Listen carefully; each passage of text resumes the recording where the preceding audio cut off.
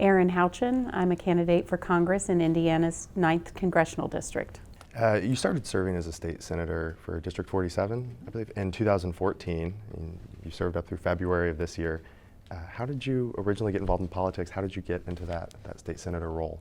Well, I was a senior at IU, and I interned in the state senate as a senior there, and that's what really got me interested in serving in government.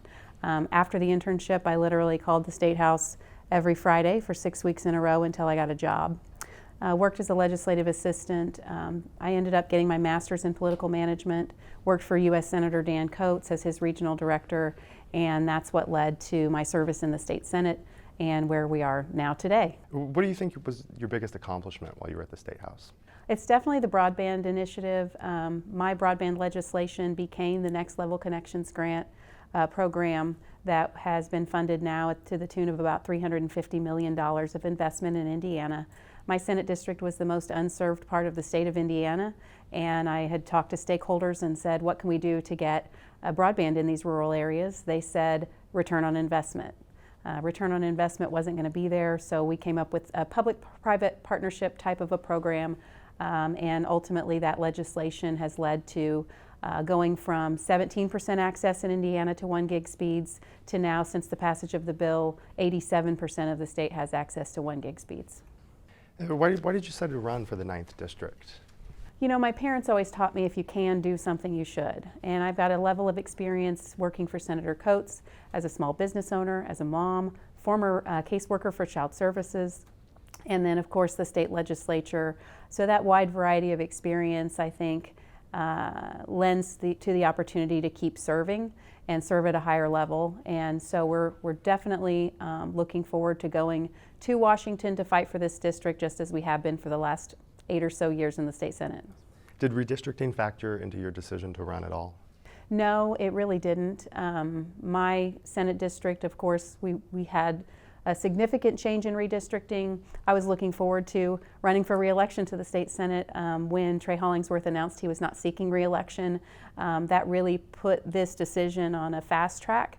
Talked to the family and our kids who are 18, 16, and 13, and got their input and encouragement, and decided that it was the right thing to do to step up and serve the country. What makes you the right candidate for the 9th District? I think in this environment in particular, when I'm out and about talking to voters, they're asking for a check and balance on this administration. So I certainly fit that profile to be a check and balance. And I'm also known as a fighter, not just on partisan issues, but all issues like the broadband initiative that we worked on. I've worked on dyslexia screening, helping children in foster care. There's plenty of issues that we've worked on that are nonpartisan that just take a lot of hard work, and we certainly fit that bill. Right now, what do you think is the biggest issue facing voters here in the 9th District? Definitely inflation is impacting families every single day.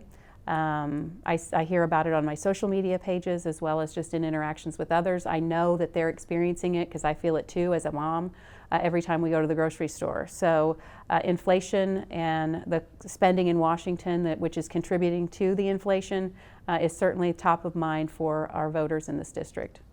How willing are you to reach across the aisle to work with Republicans or with Democrats who bring legislation forward? Yeah, I think that state legislators are uniquely qualified because we have worked with the other side. I worked with Democrats on lots of issues: adoption subsidies, dyslexia, foster care, broadband. Most of the things that we worked on at the state legislative level were bipartisan. There is a shortage of that in Washington, D.C., but I think there are certainly ways that we can find to work together, and I've had that experience at the state level, which I think makes it more likely to have some agreement where we can find it. I would say that there are some issues we're not going to agree on, but when we can find that agreement, we should be able to work together. This might be backtracking or restating something, but if you are elected, what would be the single issue that might rise to the top of your agenda? I'm not sure there's a single issue. I'm usually focused on what is in the interest of the voters in the district. It's why I brought the broadband legislation. It's why I worked on many of the initiatives that I worked on at the state legislative level. They came from constituents. So we're hearing about inflation, we're hearing about border security, One of the things I think that we can get to work on is just government accountability. We have a situation in the federal government now where a lot of people are unelected in bureaucratic roles, and they're making decisions on behalf of the people, and decisions that really should be left to their elected representatives. So I'm looking forward to restoring that balance.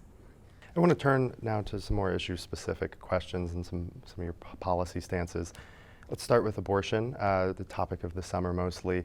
Can you give me your thoughts on overturning of Roe v. Wade? And do you think abortion is a national issue that Congress should address?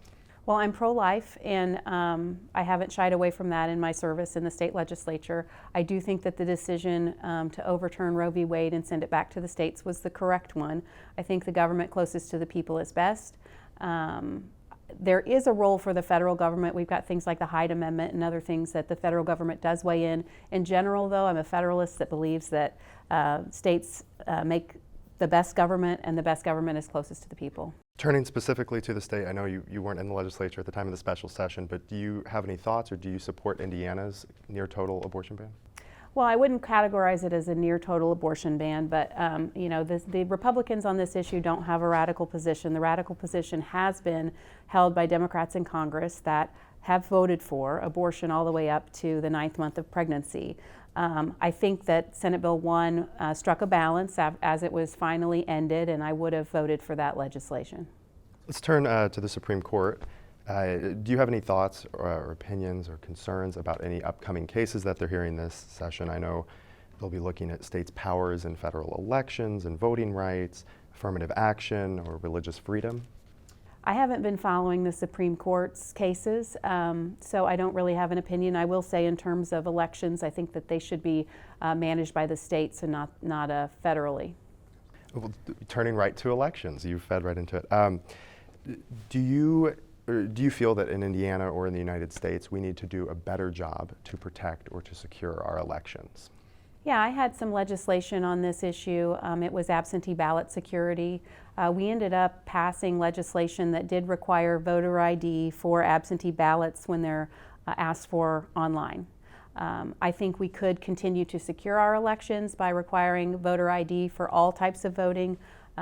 We do have it for in-person voting. We have had that for many years. We most recently have it for absentee ballot voting online, online requests. And I think we could also strengthen our security by requiring voter identification for absentee ballots applications by mail. Follow-up to that, looking at the 2020 election, do you believe Joe Biden is the rightfully elected president? I think there were some irregularities. I think during COVID we made some changes. Secretaries of states, governors, they made changes to election laws that certainly were not constitutional. But we did have that election certified. I don't think that we should relitigate the past. We should just make sure that the elections moving forward, that the public has confidence and faith that they are the outcome that is established. Turning now to the Second Amendment, some statistics from the Gun Violence Archive. They've reported that this year there have been 519 mass shootings, more than 1,200 accidental shootings, more than 1,000 children or teenagers were killed this year. More than half of the gun deaths were suicide. Do you think America has a problem with gun violence, and how might we address these issues? I think we have a problem with soft on crime policies that end up contributing to these things. We have had prosecutors that aren't prosecuting many cases. We have programs or initiatives to defund the police. So we have had a problem with being soft on crime and not holding people accountable. I think that certainly contributes to the violence that we see in the country, and we should focus on those efforts to support the police and to encourage our prosecutors to follow the law and prosecute criminals when they commit violent acts. Do you support Indiana's new permitless carry bill? I do, and I think we saw that with the Greenwood case, where it was a good guy with a gun that thwarted that situation within 8 seconds. So I do support that. I want to turn a little bit to inflation. You said it's the biggest issue facing voters here in the 9th District. What do you think the United States should do to address inflation? We definitely have to slow and stop spending. We have to cut the rate of spending. We're at $31 trillion now of national deficit. Republicans and Democrats over the years have been responsible for increasing our spending, but it's not sustainable. The Biden administration really has put the pedal to the metal in terms of spending, and we have to cut back on spending if we're going to get inflation under control. I want to look a little bit at student loans. Recently, the Biden administration made a decision to forgive either $10,000 or $20,000 in student loans for qualified individuals. Do you support that decision, and why or why not? I don't support that decision because many people made decisions based on whether or not they would have to take on student loans. So 300,000 roughly Hoosiers benefited from this student loan buyout, and that is at the expense of 6.3 million other people who made a decision to pay their own college education or not choose that route. I just think it's fundamentally unfair, and I don't think that's constitutional. The last specific issue I want to address, probably the lightest of them all, daylight saving time. I know that the Senate approved the Sunshine Protection Act. The House is yet to act on it. Just a stat that the U.S. Department of Energy found in 2008 was that by extending daylight savings for just 4 weeks, the nation saved 0.5 percentage point on its daily electricity use. So I'm asking you, do you support the Sunshine Protection Act if the House were to come around and vote on that? Well, I haven't seen the Sunshine Protection Act, so I don't want to comment on whether I would vote for something that I haven't seen, but I certainly will take a look at that and listen to Hoosiers and how they feel on this issue. Do you know, have you listened to any Hoosier farmers who might have concerns about daylight savings? Or What I've heard about daylight savings in the past is that people are concerned about kids getting on the school bus too early, or before the sun comes up. But there's a wide variety of debate on this issue. People were generally not pleased when Indiana established daylight savings time back before I was in the legislature. So I haven't heard from many on this issue since then or during the course of this election, but I certainly will be listening to what Hoosiers want on this topic if it does come before me in Congress. Well, that does it for the issue-specific ones, but I do have one final question. What makes you the right candidate for the 9th District? Again, I think voters want to check and balance on this administration, and I bring that as a Republican candidate in this race. I'm also known as a fighter on behalf of Indiana and Hoosiers and on the issues that are most important, and I'm ready to go to Washington to fight for us.